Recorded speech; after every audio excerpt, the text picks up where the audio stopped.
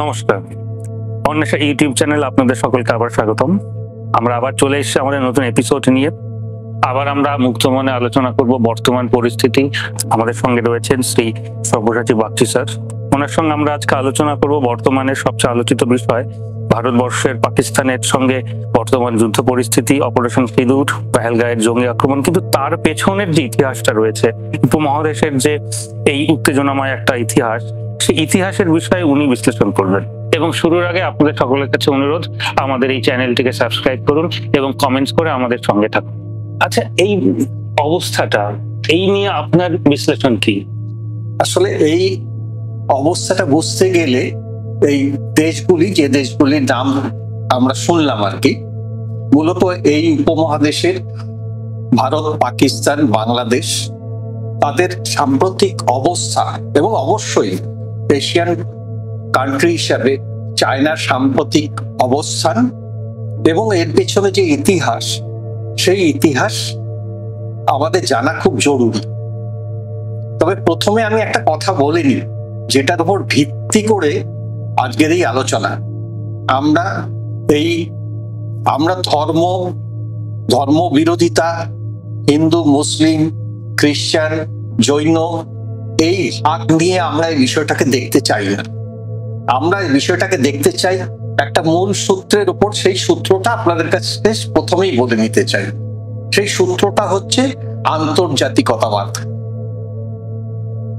এই আন্তর্জাতিকতাবাদের কথা যারা বলেছিলেন, আমরা এই আলোচনার শেষে দেখতে পারবো যে এই আন্তর্জাতিকতা বিষয়টা কতটা গভীরভাবে এই যুদ্ধগুলির সাথে জড়িত এবং গোটা পৃথিবীর বিভিন্ন যে ঘটনা, যে সন্ত্রাসের ঘটনা, যুদ্ধের ঘটনা, জমি দখলের ঘটনা, তার সাথে যুক্ত।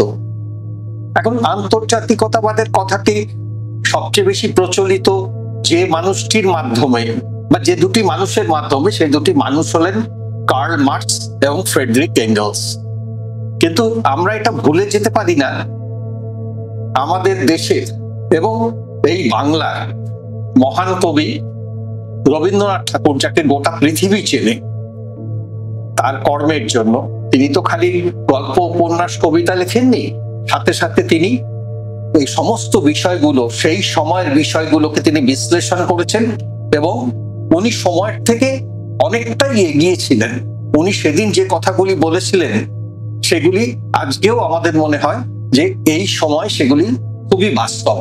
তো তিনি জাতীয়তাবাদের বিরোধিতা বারবার করেছিলেন, সেটা ভারতবর্ষের ক্ষেত্রে নয়, পৃথিবীর বিভিন্ন দেশের ক্ষেত্রে।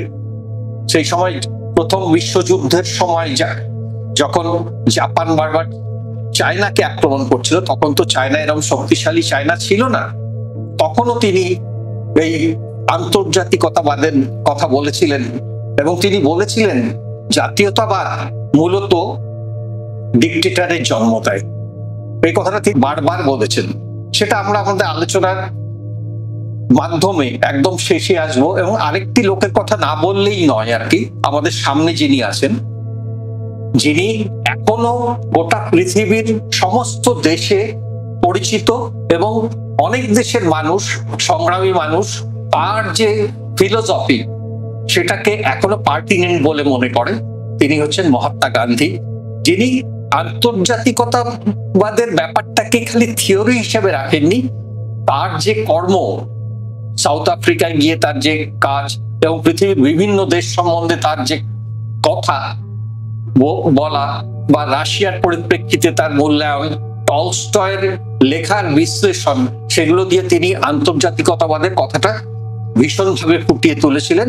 আমরা আজকের আলোচনার মধ্যে দেখার চেষ্টা করব যে আমরা এই সমস্যার থেকে বেরোতে গেলে এই কথাগুলি কিন্তু ভীষণভাবে প্রণিধানযোগ্য। এবার ভারত, পাকিস্তান, বাংলাদেশ, চায়না, এই চারটে রাষ্ট্রের কথা বলছি। একটু বিশ্লেষণ করলেই দেখা যায় যে এর মধ্যে তিনটি দেশের কোনো গণতান্ত্রিক কাঠামো নেই সেই অর্থে। পাকিস্তানে তো নেই, একদমই নেই, কারণ পাকিস্তানে 1947 সালের পর স্বাধীন হলো। 1947 পাকিস্তান, তার 23 বছর পরে 1970 সালে তাদের প্রথম নির্বাচন হয়। সুতরাং গণতন্ত্রকে সেখানে চেপে রাখা হয়েছিল 23 বছর ধরে। এবং 1970 সালে যখন নির্বাচন হয়, সেই সময় যারা গরিষ্ঠ সংখ্যক আসনে জয়লাভ করেছিলেন, আওয়ামী লীগ, তাদেরকে ক্ষমতা দেওয়া হয় না, তাদেরকে প্রত্যাখ্যান করা হয়। তার পরিপ্রেক্ষিতে বাংলাদেশের জন্ম, সেই ইতিহাস আমরা জানি, সেগুলোর মধ্যে আমরা এখন ঢুকছি না। এবার আসুন চায়নার ব্যাপারে। চায়নায় কোনো গণতন্ত্র নেই, সেটা আমরা জানি। মানে ডেমোক্রেটিক সেট আপ বলে কোনো জিনিস চায়নায় নেই, কারণ সেখানে নির্বাচন হয় না। মানুষ ঠিক করতে পারে না যে আমাদের দেশের নীতি কি হবে, দেশে কারা নেতৃত্ব দেবেন, করতে পারে না। একমাত্র কমিউনিস্ট পার্টির পলিট ব্যুরো সেগুলো ঠিক করেন, আর কেউ করেন না। তো এখন এই প্রসঙ্গে আরেকটা কথা বলা খুব জরুরি। 1915 সালে রোজা লুক্সেমবার্গ একজন কমিউনিস্ট কর্মী, তিনি গণতান্ত্রিক আন্দোলনের সাথে যুক্ত ছিলেন, তিনি কমিউনিস্ট পার্টির সাথে যুক্ত ছিলেন। একটি দেশে